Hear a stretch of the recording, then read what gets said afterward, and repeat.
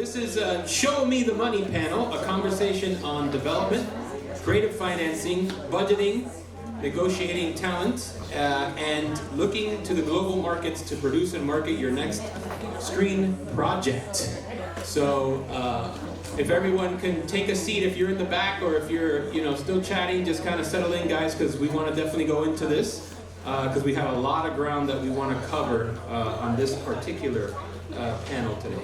So I want to introduce our distinguished panelists very quickly, and then I'll let them talk about themselves a little bit. We're still waiting for Gustavo Aparicio from Spanglish Movies. He's on Miami time, so he'll be here at some point. But in the meantime, we do have Viviana Zaragoitia. Did I say that right? Yeah, I said it right? Yeah. Cool. Okay. She is a senior VP with what was formerly known as 3 Point Capital, now TPC in Los Angeles. So welcome, Viviana. And then a new friend to the MMFM as well, Georgia Losavio, who is the co-founder of Alacran Group and the founder of Jenga Pictures. Welcome, Georgia. And last but definitely not least, a veteran MMFMer. It's been a couple years since he's been with us, but he's back now with a new position at Paradigm Talent Agency, running the production department there, Craig Bernstein. All right, so a round of applause for our panelists.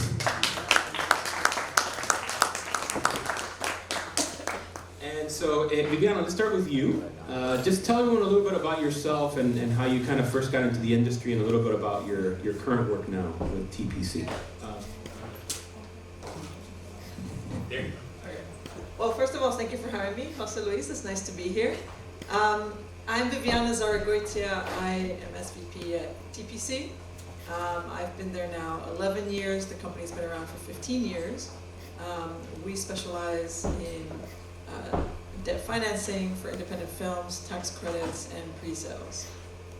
I started my career about 18 years ago doing production accounting at various independent production companies, specifically New Image and Bold Films. I then segued into finance at Lionsgate, where I spent 5 years. Started out doing accounting there, but then moved into profit participation, which is the back-end producers receive once a film is distributed by a studio. It's a very niche world, but very important to know to make sure that the IP holder and the right people get their money back once a film is distributed.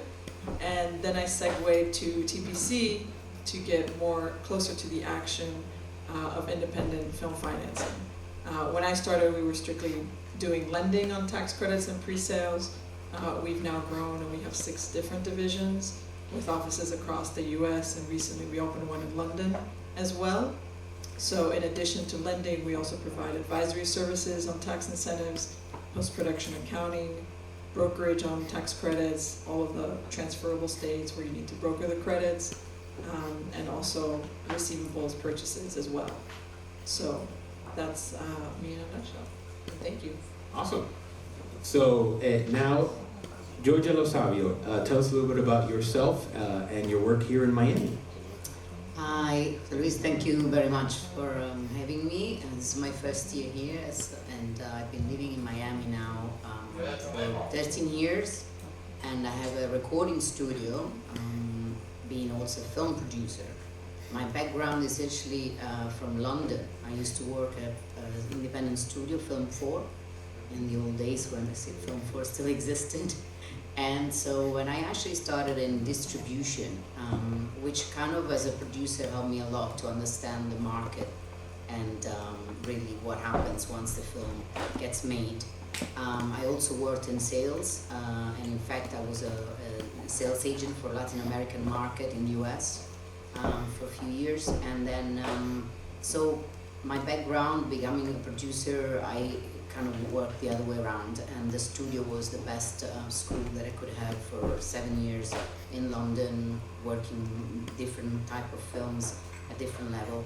I then went to produce my first feature documentary, the time where we still had DVDs and cinemas, and the documentaries world was slightly different before the streamers and everything else, and then did my first also feature films.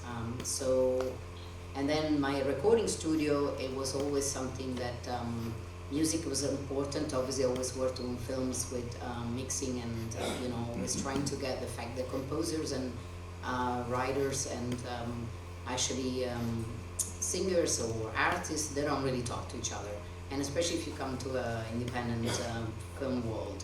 So the idea was, Alakran Group is me and my sister, my partner, and we wanted to kind of do this bridge on my side. She does more on the music side. We also had office in London, but now it's really just Miami. And it's a top recording studio. We've done some great mixing films, but mainly our client are artists, etc. We can talk. Great, thank you so much, Georgia. So Craig, a little refresher for a lot of our new folks in the audience about yourself and how you got started and what you're working on now. Sure. My name is Craig Bernstein. I'm over at Paradigm Agency. I started in the business as a PA, came out to Los Angeles after graduating and just, started working, which led me to work on feature films, commercials, music videos back in the day. And then I got to a point where I really felt like I needed a career. And I jumped over to the agency side. I started working with a gentleman named Paul Hook at ICM, and we basically rose to be sort of the top below-the-line agents in the business. I moved from ICM to UTA. I worked there for 5 years, and now I'm at Paradigm. Awesome, yes, and we actually met at ICM way back in the day, which we talked about years ago, but absolutely. I want to kind of just get into a little bit and start with you, Georgia, because we had a couple of panels before that really focused from the writer and director, the creative, right? It starts with an idea, right? A producer comes along and goes, okay, how are we going to pay for all this shit?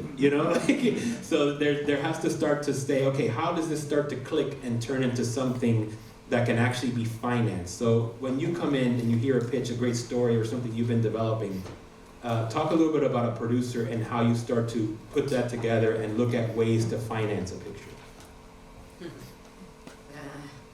Yes, the first, yes, as you said, the idea and the pitch, it's depending where there's a script already or where's a treatment, obviously, and the first thing for me will be to look at, okay, what's the film, what's the budget, do we have, so that, and how realistic that story is in terms of, because sometimes, I've been either approached or sent project that you're like, but you haven't done anything, there's no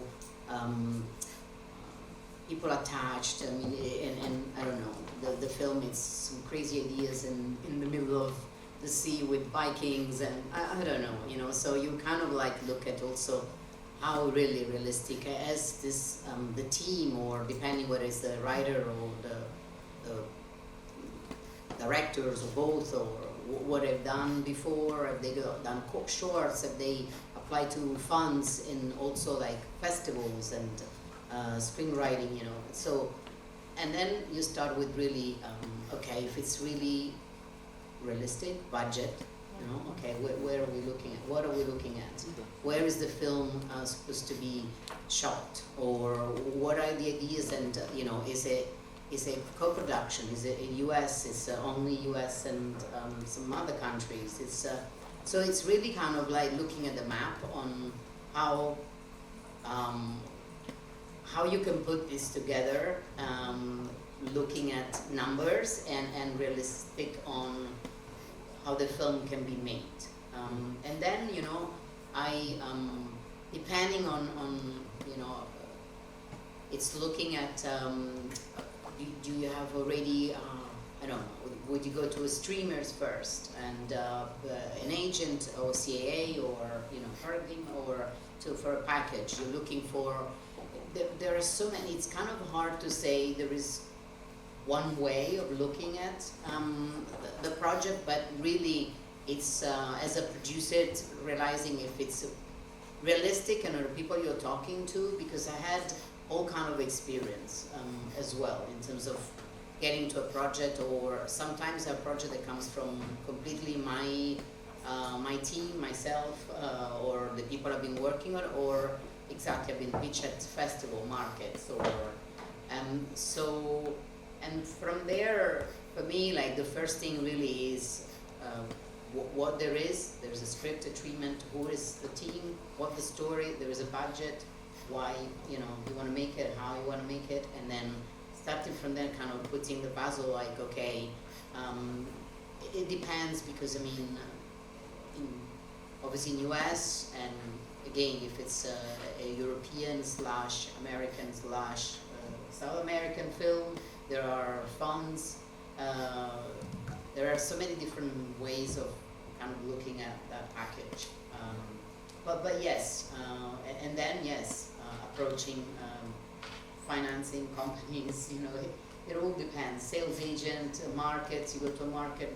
It kind of depends on the stage of the project. But that's where I would kind of really start looking and realizing, okay, how can this can be made in the budget, and where can we look for the money? Who we think is the right, as well, like approach or sales agent or agency, and who we looking for? What kind of cast, and is it? Yesterday I was talking to someone here in the audience about a sport film. So okay, you start thinking, okay, well if it's based on a true story, or I mean, there's so many different ways of, but to me that's really the way it starts. Yeah, no, absolutely. Yeah, it's a big puzzle. I'm glad you mentioned that, and also looking at this global map and how we put these projects together, especially independent projects. So I want to dig more into that, but I also want to welcome our fourth panelist. Gustavo Aparicio is here with Spanglish Movies. He's also a former executive at Fox, and now he's with us here for the second time now at MMFM. So, Gustavo, if you can just take the mic for some of our new attendees and just tell everyone a little bit about yourself and your work now with Spanglish. Hi. Okay, we've been in theatrical industry for a while, quite a while, and 10 years ago we went solo to create a film distributor for US Hispanics. Today we are, I think, the largest one in the US market, which has opened a distribution unit for LATAM. And we have, with the ups and downs of pre-COVID, COVID, post-COVID, basically we got into SVOD, licensing, AVOD, creating, producing originals. In the last 2 years of COVID, and now fast channels, a couple of streaming platforms, and a programmatic advertising unit. Is what we do, try and monetize content on behalf of our producers from the very beginning, the production, to the very end, which is programmatic advertising for Hulu's and Peacock. And Pluto of the world. There you go. So interesting how you all bring a very unique perspective to how this puzzle gets put together, right? But it's all necessary. So Craig, I want to talk to you a little bit about, in terms of your role, obviously you mentioned you represent some line producers as well, and in terms of that part of the package and how you work with your clients to ascertain, okay, usually they get hired to do a board and budget first, right? So talk a little bit about, especially on the independent feature side, what the line producer's role is and how you kind of can also work with them and talk to them in terms of the needs of the producer. Sure. Well, right now things are definitely in sort of a tricky state. Money is not as free as it used to be. Obviously, the interest rates are much higher. The money is not as easily accessible as it used to be a few years ago. I think everything just sort of has, gotten tighter just everywhere. I think we're looking at the business contracting basically on a bigger level. So in the independent circuit, I would definitely say, line producers need to get involved quickly, and you really need to give them sort of the lay of the land. What kind of money you think you can raise, where you think you're gonna shoot the film. They're gonna take all that information and they're sort of gonna put together a plan. Right now, everyone's heading towards tax incentive. Wherever there's the biggest tax incentive, that's really where you're hearing, that's where you should be shooting. Yeah. So for the first time in my entire career, I talked to my line producer who is in Toronto, and she's been getting a lot of pictures that have been budgeted for Atlanta that she could flip to Toronto and save 30%. And that was something that never was possible before. You got 27 cents on the dollar that you're getting on the exchange rate between the American dollar and the Canadian dollar, and then you're getting the incentive per whichever of the provinces that you're in. You're getting a greater incentive if you hire locally for all of the local people that you hire in those provinces, and for the least amount of people that you're bringing with you. You're obviously saving money. So that's where it's starting to look like right now. So right now I'm dealing with productions that are really telling us that they're hiring locally. So if I'm shooting in Toronto, I'm really only looking at Toronto-based people. So it's really limiting for my client base right now. Right, because you have mostly U.S. clients, That's so correct. and they're more resistant to that now in places like Yeah, Canada. and you also just need a few people in every place, you know, that's cheap to shoot. You Yeah. know, because those are really the top 2 or 3 places that everyone's going to go to first. Right. So that's where you're at. So you're hiring your line producer, they're putting together a production plan for you. They're talking about places they can shoot where it's the cheapest, where the best tax incentives are. They're writing away to the film commissions in those places. They're getting photographs. They're maybe hiring some local location scouts with some of the capital that they have to get some pictures and to try to start dialing in the scenes in the movie and where you could shoot them and how you could shoot them. And you start to break it all down. Yeah. And that's really why you're getting a line producer involved early and quickly, and that is the cheapest money you will spend on the entire production, Right. those first weeks. So, you know, I constantly hear people, oh, we only want someone for 4 weeks, and I'm trying to explain to them, well, you really need them for as long as the job takes to get the answer. Yeah. You know, you really can't put a weekly time limit on it. Yeah. So those line producers are hired and they get to work. Right. No, that makes a lot of sense. In terms of, let's switch over to you, Viviana.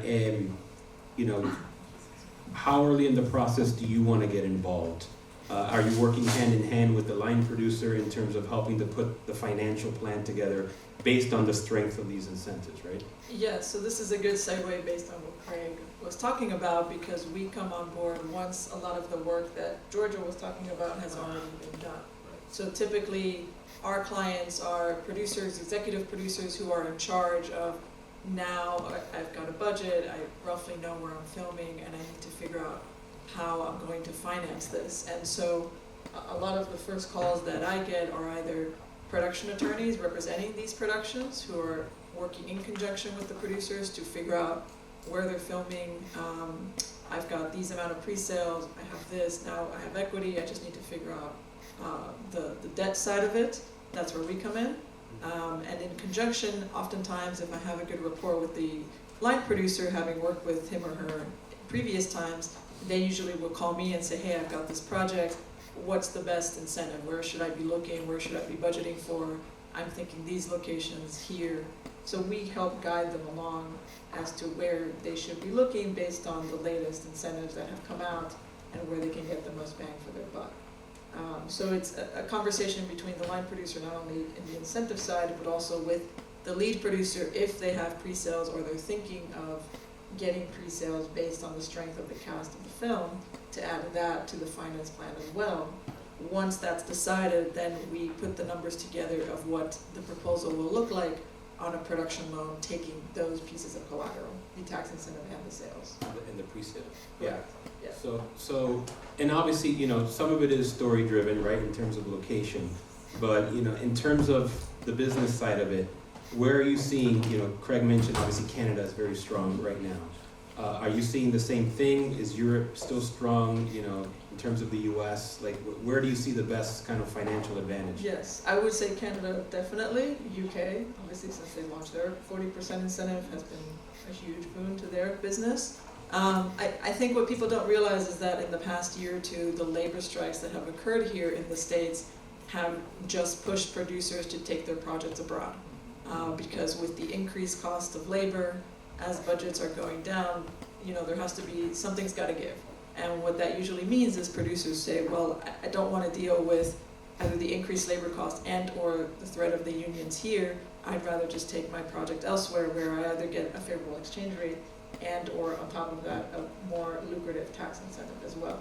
So I would say Canada, UK, and also a lot of European co-pros. There are some European countries that have been leading the charge with their credits, such as Greece, Hungary, Poland has come online, Italy. So a lot of these places are becoming more attractive to not only their local producers, but American producers as well. Yeah, in Spain, because we're going to be hearing from them this afternoon as well, that's becoming very aggressive. So, and then another region I kind of want to dig into, and Georgia, you can help here, because obviously you did a film, Rebellion, which is fantastic. It's on Netflix now, you guys should watch it. That also took advantage, I'm assuming, of a lot of incentives and grant support from Colombia. Because it also happened to be about one of their top salsa singers, Joe Arroyo. So talk a little bit about the Latin American market in terms of financing and packaging, and what kind of incentive support is available right now in sort of the Latin American Caribbean region. And then Gustavo, I want you to jump in on that afterwards too. Yes, with Latin American, you have to definitely, the main, in this case with Rebellion, the film was with the production company. It's a Colombian film. We weren't going to shoot in a studio actually, which is very unusual. A lot of the films are actually on locations.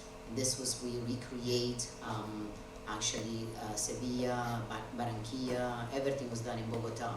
And yes, so it was with the film incentive, the Ibermedia as well. It takes a long time. That's, and you need to literally try to win all this great funds that there are.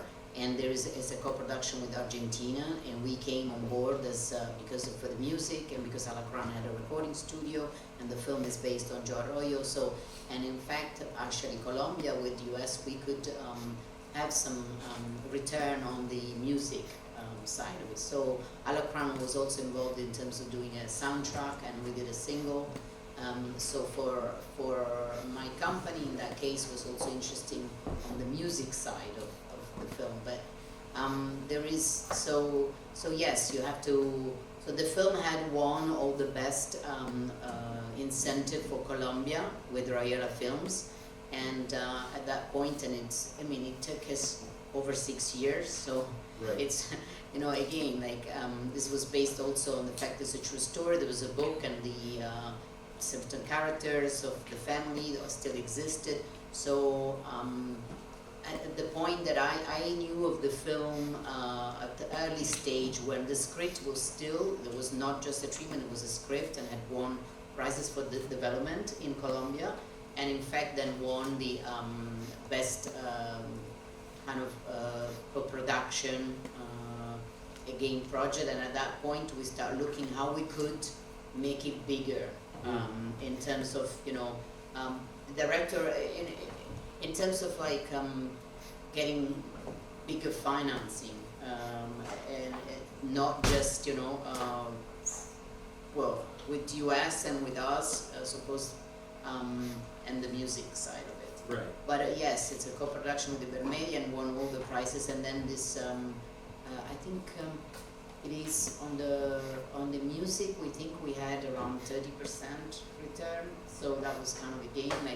Obviously we had to invest, but it was a good way. It's like the taxes system sells some titles, so it is complicated. But you when you work with the local Colombian or the Argentina, they will know the system. Right, they know how to work through the local laws. Yeah, they know how to work it. They have companies that they put that up for the title.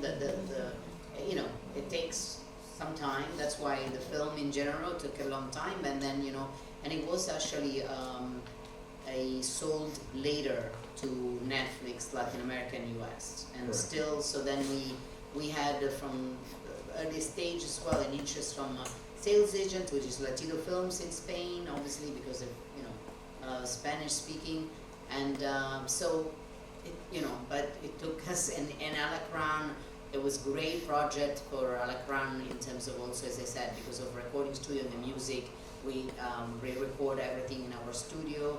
It was something that, I mean, the company had envisaged that kind of project, and we hadn't done it yet. So, in the end, we went also through COVID, which was, luckily the film, because it was in location, so actually it was well restrained, considering that if you would be in the jungle or in so many other. Sure. And actually we were in the studio. We shot also in New York. Yes, and it was a lot of labor, and as usual, and we're very proud of the film. But it was only 6 weeks and a low budget considering what we did and what we made. So it was not even $2 million. Wow. Yeah. No, it looks great. It's, You haven't seen it. so, The art and, direction is amazing. 6-day shoot and really like intense, but amazing still. But we're still recouping. We're still, it's done well, but believe it or not, the numbers. Even to make $2 million there. back is not easy Yeah. in the Believe current it or climate. not, Yeah. yes. So. Cool. All right. So Gustavo, jump in there. I know you're an expert in this field. Excuse me? Of Latin America and Caribbean. This is you keep nodding your head, but I know that's your arena. Yeah, that's our backyard.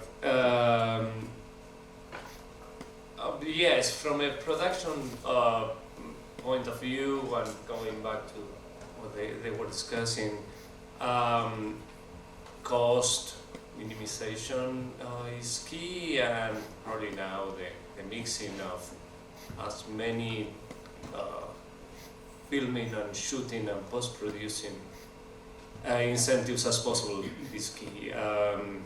We work with Puerto Rico, has 55%, lots of issues. Dominican has two different articles, it's one lot, 2 different articles. One 25, the other one is 100%, but that's for local productions with local funding that can be discussed, and then it has to be a low feature film in Spanish. And then on the 25, you can finance it from anywhere and do whatever you want. Colombia has 40%, and then Argentina is a mess. But it's dollar is 1,000 to 1, so you can get some good deals, or you can be screwed. And the line is very thin. Yeah. But probably we see, just to give a different point of view, we are distributors much more. We work with producers, with content creators that work with us, but we are distributors. And we see the financing process as begins with the selling process. You should not make a movie if you don't have a buyer. If Netflix is not on board, don't do anything. Or Amazon or Hulu, or you choose. And we see basically good news and bad news from that point of view. A couple of, let's begin with the bad news and a couple of good news. Bad news, as he was mentioning, in a very polite way, the business is contracting. The business has contracted. It's stopped, frozen, nobody's buying anything. Reasons are there. Basically, the number of members in the subscribers in the subscription model has flattened out 2 years ago. Shareholders said to everyone, stop investing money. Netflix has the upper hand. The rest are just chasing, merging, doing deals with T-Mobile or whoever. It's just can give some leverage. That will change, as ever, always changed in this industry. But this is the reality right now. No, Netflix is just buying only a few titles in Latam every year. Amazon is contracting as well, and the rest of the players are just decreasing meaningfully their investment. And if they have to invest, they invest in the markets where money is coming from, which is not Latin America. It's in the US, and in the US and China probably. The second,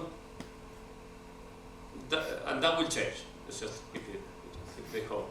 The second issue we see as piece of bad news is that the volume of content is increasing meaningfully.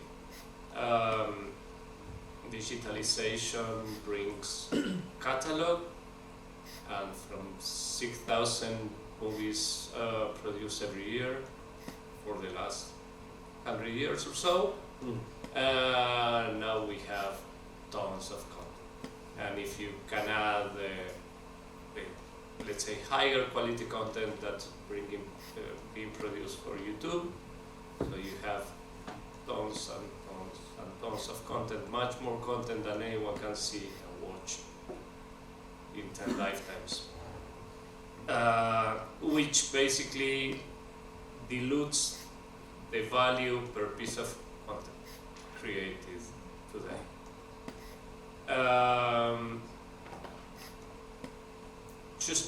Just to, on top of that, AI is coming.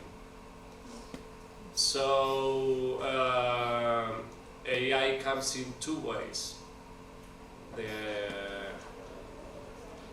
Let's say the 2027 way, which is the creation of generative AI for films and series, and the 2025 way, which is the dubbing, AI dubbing, including the moving of the lips. So I can watch any movie made in Singapore in my Argentinian Cockney accent,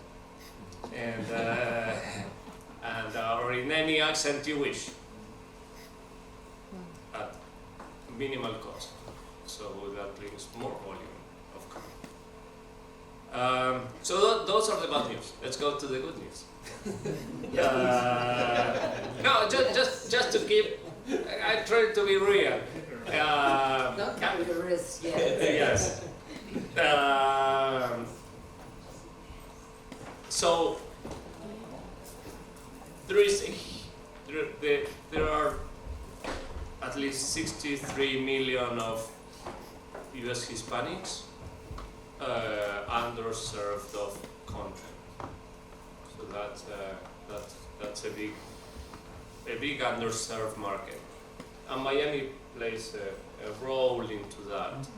No, it's a good place to shoot. Here, just because the market, it's more than $3 trillion GDP market per year.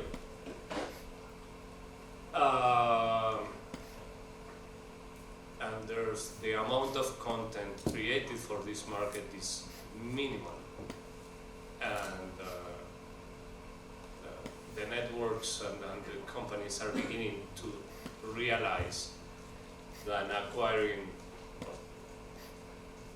they should have realized 10 years ago, but acquiring Argentinian content who was created for Argentina, or Uruguayan content that was created for Uruguay, or Mexican content that was created for Mexican housewives, or not housewives, housekeepers and female or male or sports or local content doesn't click in the US. So that's a huge opportunity. And probably the icing on the cake of that opportunity is English spoken content for Latinos. There are no content that tells a story of a 20-year-old kids that speak in English. They understand Spanish. They don't watch content in Spanish. They don't want to watch content in Spanish. They can listen to music. They listen to Bad Bunny and they listen to Peso Pluma and they are bilingual. They listen to Taylor Swift as well. But they don't watch a documentary of Peso Pluma in Spanish or Bad Bunny. They watch it. If it's in English, they'll do it. If it's in Spanish, they will not. They don't go to movies in Spanish. Right. They prefer the bulletin they have. So, and that's an amazing opportunity. You have, if you want an opportunity, that's there. And the second opportunity is AVOD. Everything comes back in this industry. So we are coming back to the in a Samsung TV. Now you have 1,500 free channels.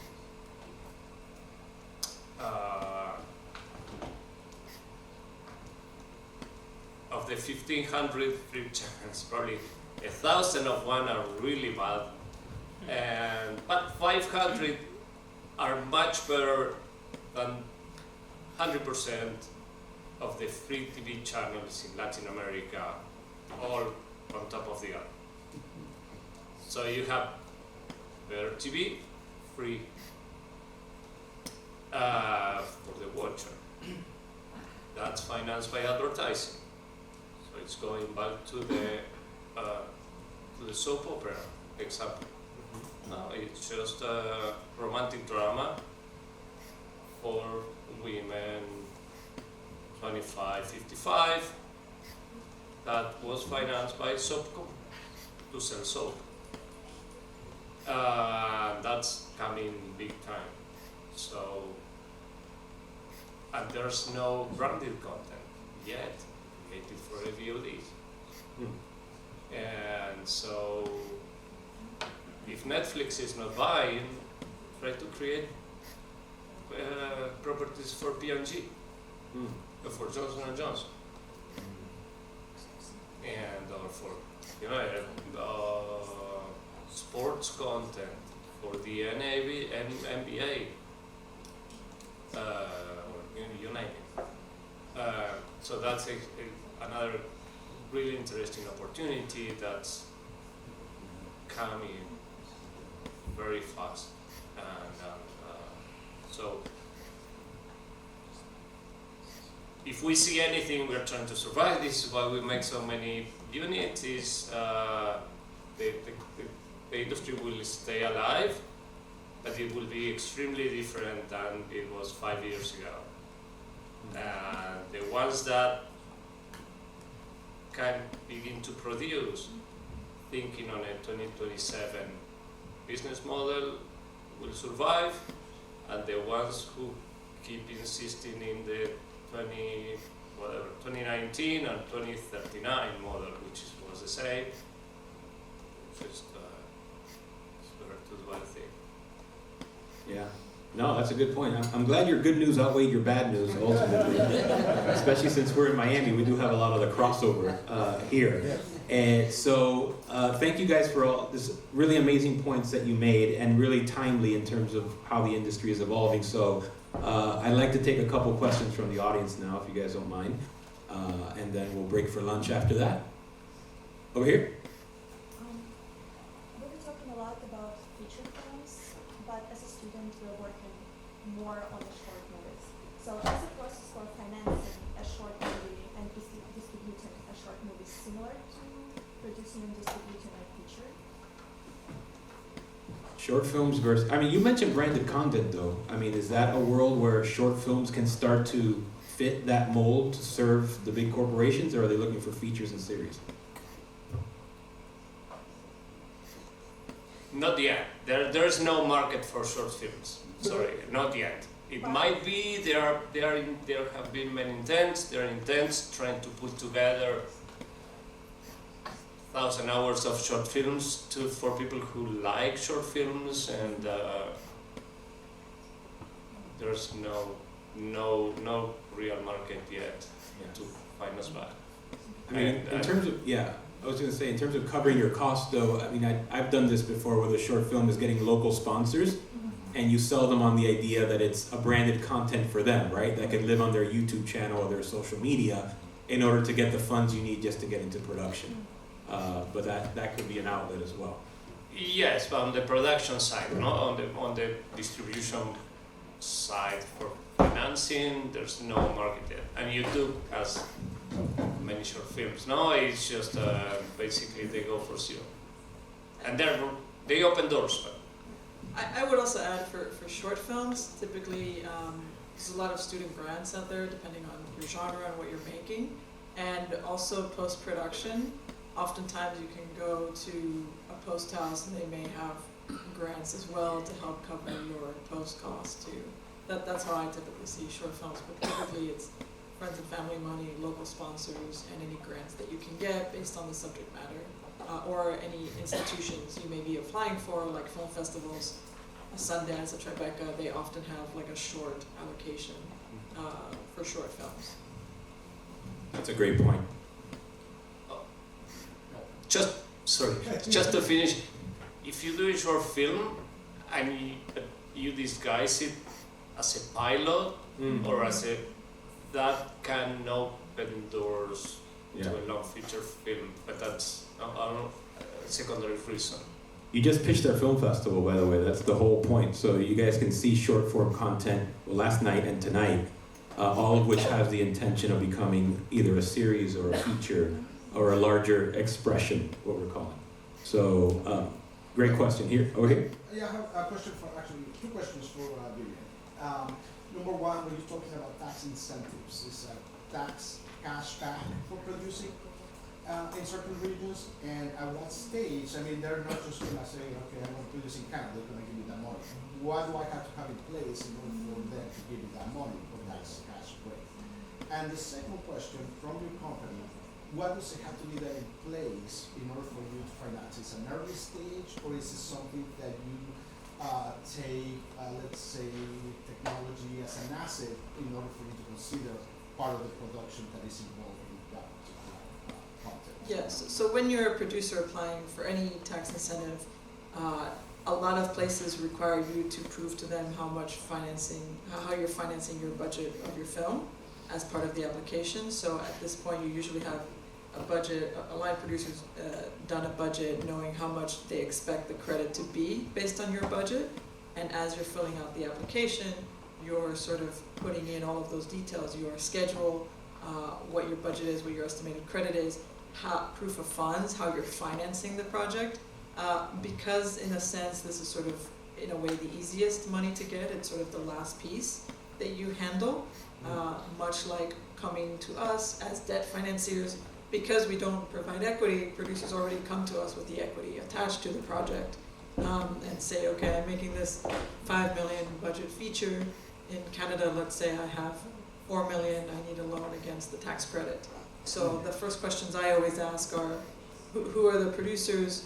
Have you applied for the credit? What's your budget? How much financing do you already have in place? And then our loan goes towards the production budget. So between the money you've already raised plus our loan, you've now basically met your budget. So you did bridge to that tax?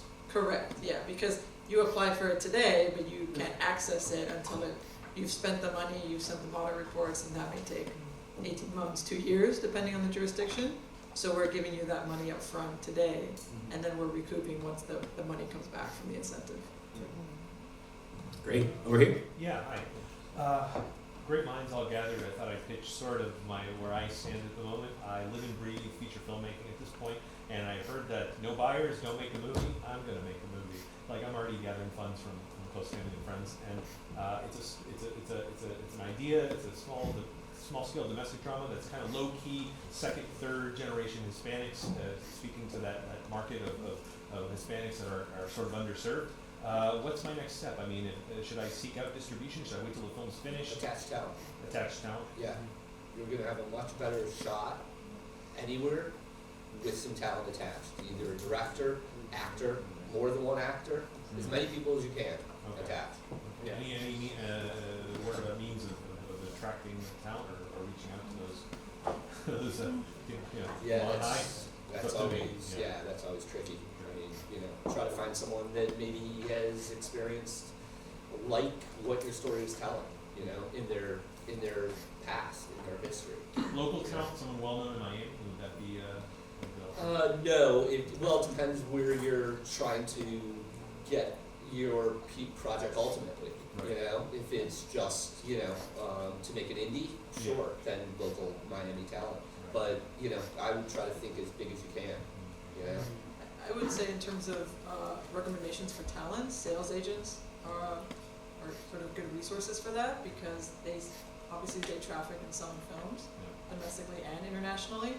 If you come to them with your project and say which talent should I go after, then you know who's valuable because the more talent you attach that creates value for that project, you're then making the distribution side a little bit easier when you go to someone like Gustavo and say, hey, I've got these people attached. How much is my project worth? Right. Barring any lack of any name talent, I mean, is there a place for a micro budget local film with local talent addressing it actually it's steeped in the theme of AI and its inevitable encroachment in a good way actually. But I mean, what is the prospect for films like that? I mean, It's a long shot, long shot. absolutely. And then I would say it's a festival kind of play. And try to go anywhere you can to show it.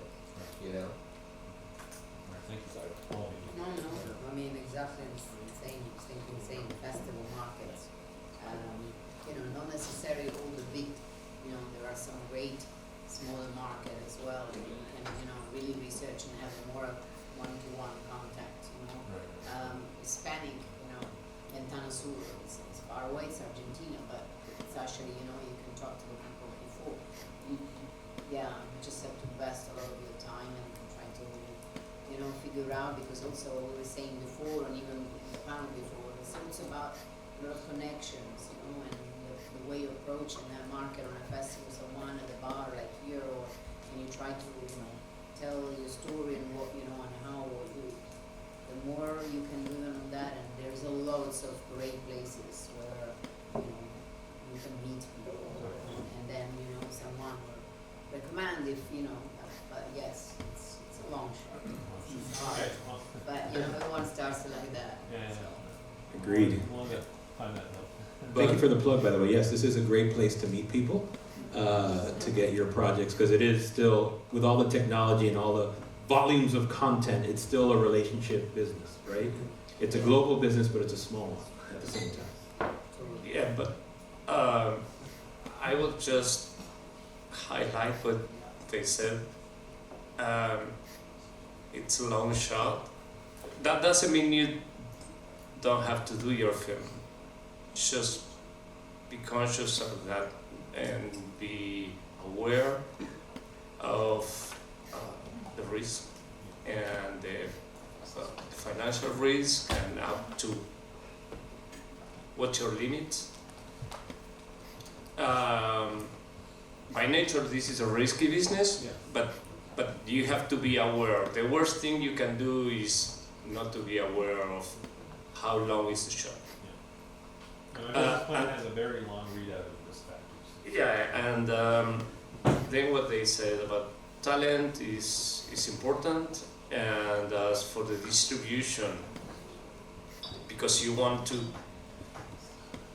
sell your film, recoup the money, make your next film, I would say begin as soon as possible, as of today, in your pitch. It's just you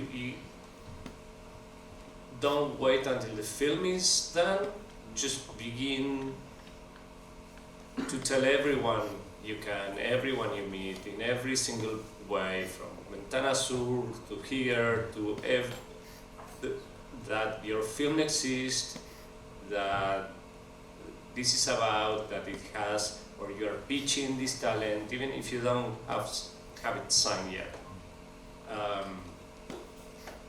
Because every day that's gone, it's a lost opportunity, and you need to work on the recoup of your financial investment as soon as possible. Don't wait. Right. Don't ever wait. Yeah, great. Yes.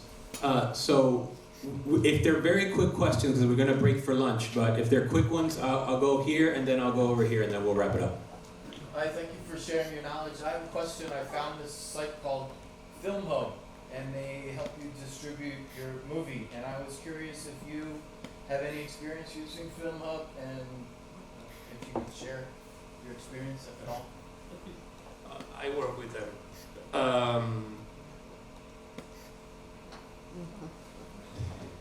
They are. It's not the only one. There are other sites coming as well. It's basically a cloud-based market. It works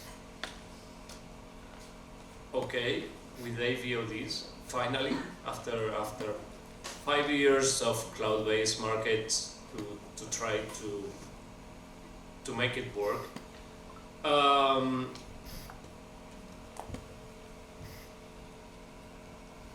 It still doesn't work. Neither Film Hub nor the other cloud-based markets. They don't. Their original goal was to reach regional TV stations, so that they cannot go to Cannes, so they can buy a catalog and watch the catalog from anywhere online. No, they don't have the budget regional TV stations to go to the markets. So, but that didn't work. It's working mostly now with AVODs, especially with fast channels. It's going to reach a peak because there's so much content out there, and it's non-exclusive. So basically, best films are, or most engaging films are basically sold to 10, 20, 50, 60, whatever, as many fast channels as possible on platforms. One tricky feature about Film Hub is that they share, they have a good dashboard, and they share the profits with the content creator. One of the tricky facts is that they charge to the platform a fixed income, fixed annual membership that doesn't go to the content creators. It's part of a secondary business model. But that limits the number of fast channels and platforms that pay for the membership in Film Hub. But it works. It's working on AVODs. Some films made meaningful money monthly. It's AVOD, so it has the long tail. I haven't seen any, even if they put the SVOD as part of the offering, I've never seen any income from SVODs, the minimum guarantee or license fee from SVODs.